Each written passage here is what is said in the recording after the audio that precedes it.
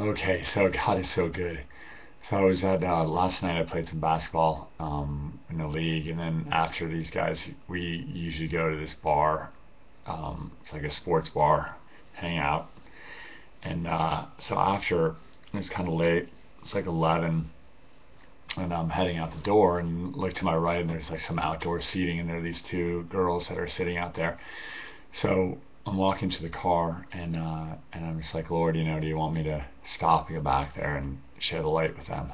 And it's kind of a funny question because though there's scripture that talks about not throwing pearls before swine, generally speaking, the Lord wants to share His love with everybody in some way. But I'm tired, and like I definitely don't feel a call. Always to stop, but pretty consistently. But anyway, so I feel like Lord, I believe the Lord is like, yes, go back there. And I'm like, what? So I stop and I'm like, really?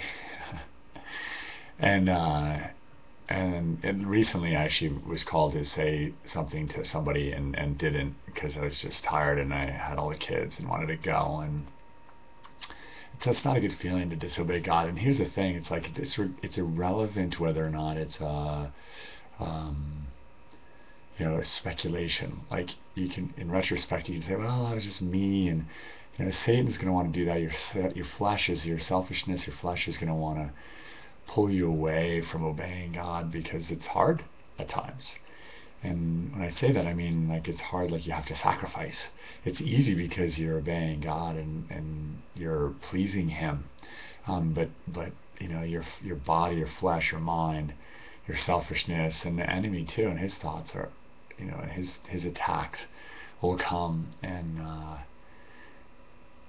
want you not to do that. And so we need to, as Christians, we need to understand the gospel more fully and the power that comes through love, regardless of how it manifests. When we're walking in His Spirit, in His light, as He is in the light, and we're speaking and acting on His behalf, that love is profoundly powerful, profoundly touches hearts. For it is His word. That's what He says. And so I turn around and go back, and I'm thinking of my buddy Chris, who years ago, I talked to him about this. Like he's got an incredible mind, and he's a philosopher, and we were talking about like how we so quickly go by people and say, hey, how you doing? And good, how you doing? Good, and we move on. And how, like, what is that? Is that really love? And do we really care about people and how they're doing? Like as we're walking by people, do we really care how they're doing? So we say, hey, how you doing? That we're ready to stop if they say, hey, and I'm actually not doing well, and I need help or advice, or I just need to share, whatever it is. So it's stuck with me all these years, because it's in line with the gospel in the sense that how much do we really care about our neighbor? How much do we really love our neighbor? Are we willing to stop in a parking lot? And again, this is not me. Like when I stopped in the parking lot and was asking the Lord, like I really didn't have love. I wanted to get to bed. And in my mind I'm like, I want to get to bed so I can get up early so I can spend time with God. But it's kind of funny how we convince ourselves, because praying unceasingly, as God calls us to, means that we're constantly in communion with God, and He's constantly teaching us. He's constantly in fellowship with us as we're open to Him and the Spirit moving in us and speaking to us and being with us. And so the heart of why I turned around was because I wanted to obey God. And then as I'm walking towards these girls, I really genuinely, now God is filling me. Now I'm like, it's probably like a 40-yard walk to them. And I'm like, okay, Lord, I really want you to touch these girls. Please use me to show them your love, they are on your heart, that you want to speak to them. So I went over there and sat down, and I'm like, hey, I'm sorry, I don't want to interrupt. Like they're talking with each other, and then I sit down in this chair across from them, or as I'm sitting down, I'm like, do you mind if I sit down? And this one girl's like, F no, or F yes, I mind. And then she's like, oh, I'm just kidding. But, she revealed her heart. It was like, I mean, I don't want to read into these things too much, but when you listen and are paying attention, because later I confirmed this with her as I was praying for her, that, that guys have really hurt her heart and have used her. So me coming up, it's like, oh, this guy wants to, get in with her or her friend, Paige and Caitlin. So this is Paige. And I kind of chuckle, and I'm like, I just was walking away and felt like God really wanted me to come over and talk to you. And so now Paige brightens up, and it's like, really? Awesome kind of thing. And then the Caitlin, though, is like, hey, I don't want to offend you, but there is no God. There's no God. And it's like really hard, like really like, and I'm like, that's cool. It doesn't matter whether you believe or not. I'm going to pray and hopefully, hopefully your heart, I didn't say this, but like in my mind, like this is another challenge, and I haven't processed it fully about what God was doing through that experience, but it was a dialogue probably that lasted 20 minutes. As I prayed for her and both of them and really tried to speak life and I spoke life into them, was encouraging them, and God was encouraging them for sure. So I'm going to end the testimony because I could go on all about what we talked about and things that, God desired to do in their hearts. And, one thing I did pick up though was, okay, so Paige was very receptive and wanted more. And then she had to go to the bathroom. Like she was definitely visibly, noticeably liquored up. And at one point, like, Caitlin was like, okay, I'm just gonna leave you two guys, and I'm like, oh, Caitlin, and I stood up, I'm like, I don't want to offend you. Like this is after a while, like of just kind of talking and praying, and she's like, no, you're not offending me. And I'm like, listen, you two were talking, and I just came over to just share some love, and she's like, no, like she's like, my friend Paige here really needs this, which is really interesting, and then Paige turns to Caitlin and says, I really need you to be here and to listen to this, right? So see the Spirit like moving in wild ways.